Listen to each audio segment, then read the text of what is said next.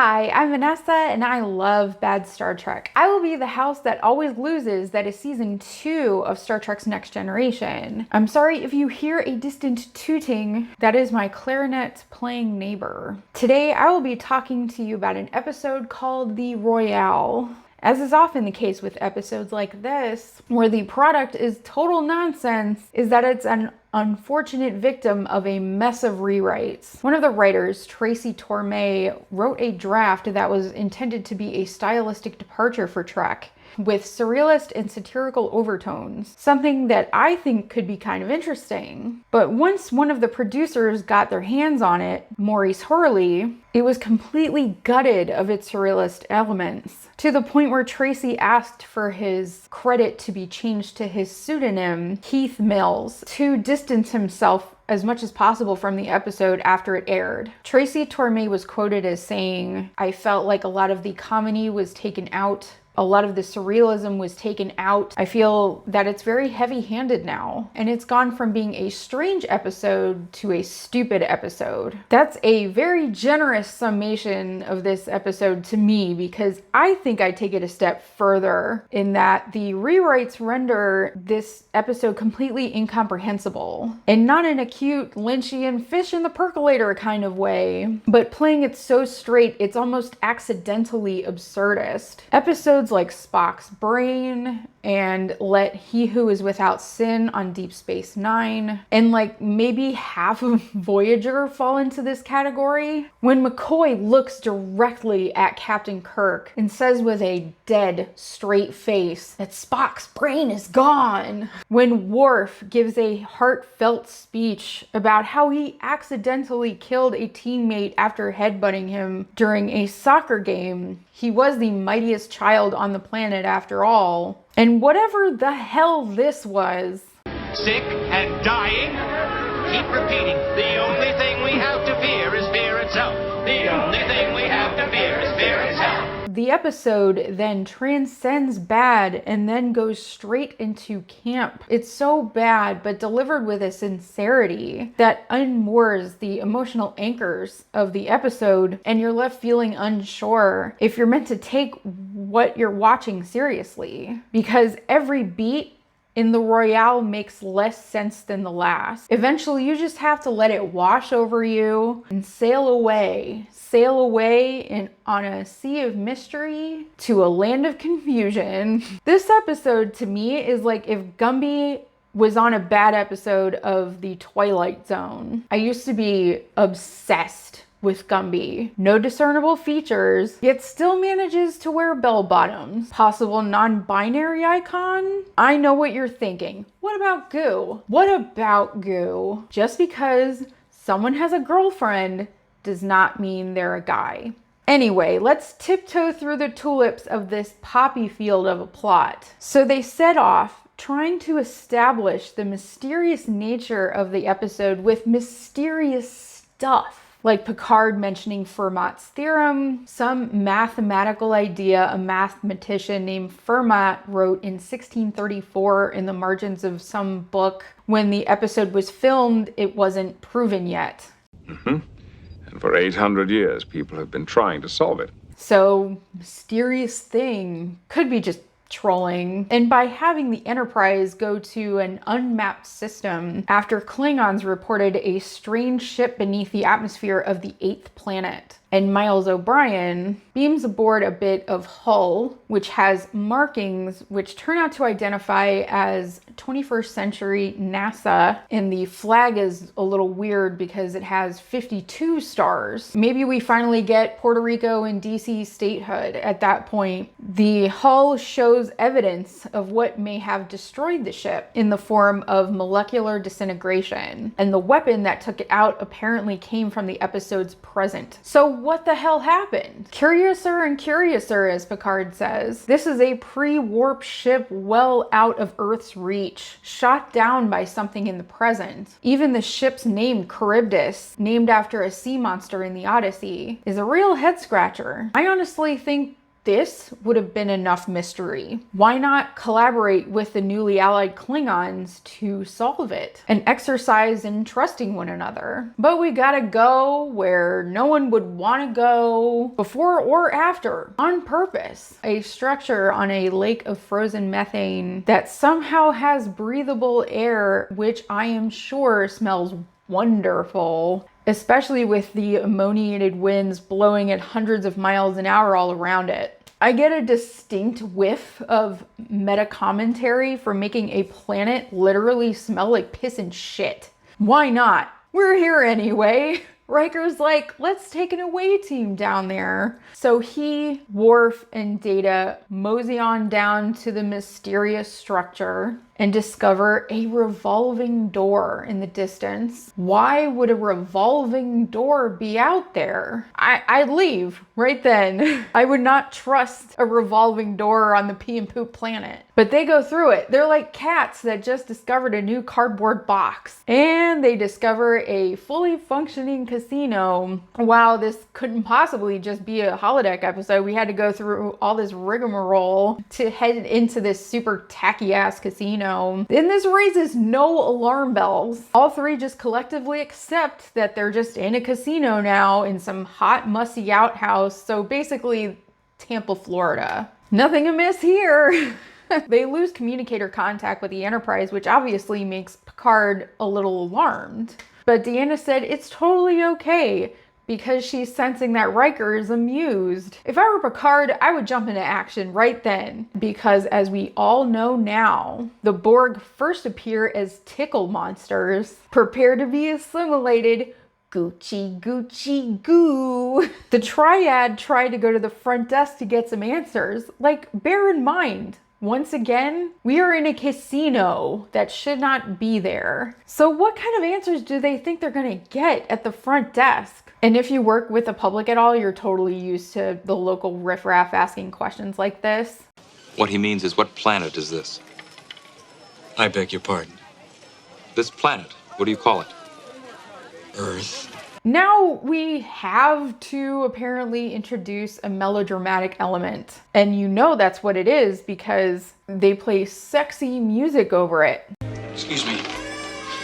Did Rita call? I'm busy. You're busy? This is my life I'm talking about here. Now, did Rita call or not? Kid's just asking for trouble. Rita's too much for him to handle, and Mickey D's gonna plant his face in the pavement. Let me try to do that. I have rabies. So this artifice and heightened drama, likely a relic of the original draft, was meant to compound the feeling of surrealism. But Riker, Worf, and Data are trying to parse the situation logically, which would make this funny. And instead of just going with that, the episode continues to try to treat a ridiculous situation seriously or have fun in the casino. At first, there's a tone of urgency and danger built up by the broken communication with the Enterprise, but that's interrupted by a frivolous beat with Data playing blackjack with the actual Yosemite Sam, I think. Malevolence is reintroduced when they discover that the people aren't actually people. Oh my god, they're zombie gamblers. Is this a metaphor for capitalism? I mean, gambling, I just don't understand the appeal. I spent $40 on 2 slot machines. I lost that $40 and stop. Like, I could have just flushed my own fucking money down the toilet at home. It was so pointless. And then they find out they're trapped in the casino, just like a real casino. Or they just don't know how to use a revolving door. Wow, I'm so glad they didn't spend too much money on other episodes so we could watch them do this and shoot the wall. on the phaser's highest setting. Imagine if they were wrong, that they somehow ended up in an actual casino and everyone died a horrible fiery death because they wanted to blast their way out. The lack of exits sends them once again to the receptionist, demanding to know how to get out. That's like saying, wow, everybody, we're all here in a yellow submarine in a sea of green. So to leave, we better go talk to the captain. And after that yields obviously absolutely nothing, Data finds out there are actual DNA traces in one of the rooms upstairs, which leads them to a room where my favorite part of this takes place. They peel back the covers and find me before I've had any coffee. Data determines that the corpse is 238 years old, and they find a NASA outfit in the closet. Riker conveniently finally makes contact with the Enterprise. They find out that the name on the patch matches that of the crew of the Charybdis. Let's break that down for a second. Earlier that day, the crew find a piece of the ship's hull with NASA written on it and a matching NASA jumpsuit in the closet of a casino on a planet where the hull was found. And Riker actually thought, maybe there's some other NASA ship that crashed on this planet. Data and Riker both act as though there's not a skeleton in the bed. When Data comments on the lack of advanced decay, and Riker somehow manages to determine the cause of death as the man dying in his sleep. No tests, no scans or anything, just, well, he's in bed and tucked in. Pretty open and shut case here. And then they find the one journal entry this guy wrote, presumably before they got there, although he is pretty well preserved, so who knows. But it says that the gentleman in the bed is the sole survivor of an alien contaminant that got into the Charybdis, and he woke up in the Hotel Royale, a place created based on a terrible book found on the ship, and every detail has been extrapolated from the pages, the cliche dialogue, the tacky set dressing, and after decades of being held captive there by alien bacteria who created this shithole for him out of guilt for killing his other crew members, that he would have welcomed his own death. Why would aliens bother doing this? Why not just bring him home if they felt so guilty about it? How would they even be able to read the book? Never mind understand its idioms and language. And why would they keep doing it after the guy died? If they built this out of guilt for killing the other guys, presumably they know that the other people are dead. So they know what death is. Why do they call the room offering room service? The casino doesn't serve a purpose anymore. It burns. It hurts. Oh God, it hurts. Just imagine, though, being stuck in Twilight for the rest of your life. You're Bella and like Edward is stalking you. And even jumping off of a cliff doesn't end the misery because he'll dive into the water and save you. And then you marry him and have his vampire baby over and over and over again until you die. I would snap about 2 minutes into that shit. And so of course Data reads the book because he can in just a second. And through the book, they predict that the love triangle between the bellboy, Mickey D, and Rita ends in murder, which I guess was the B plot. You should have listened to me, kid. No woman's worth dying for. Killing for.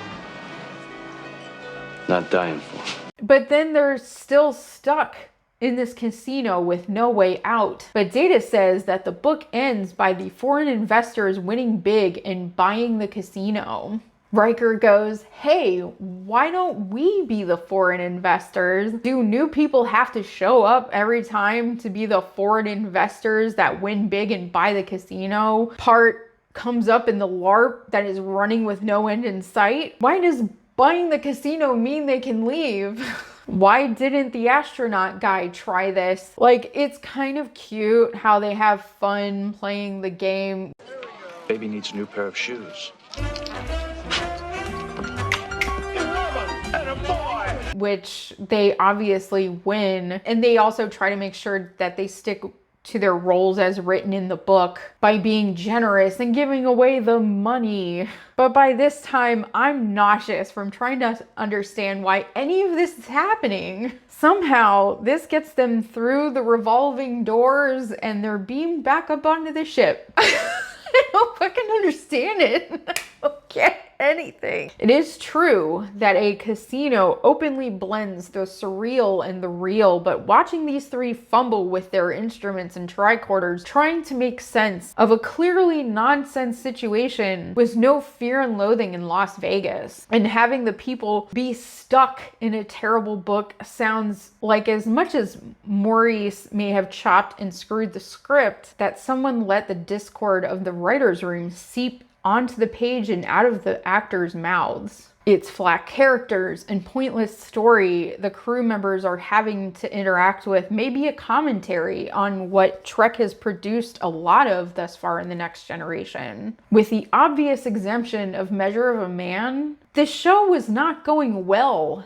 at this point. This could have been a fun episode, but the rewrites ruin the impact it could have had. The dead astronaut is me watching this episode. Seriously, having to edit it later for this video. This episode kind of broke me. And I love shitty things, so that is saying a lot. Like, subscribe, no pressure, but peer pressure. Comment below with what book would drive you insane if you were stuck inside of it. Till next time, I guess.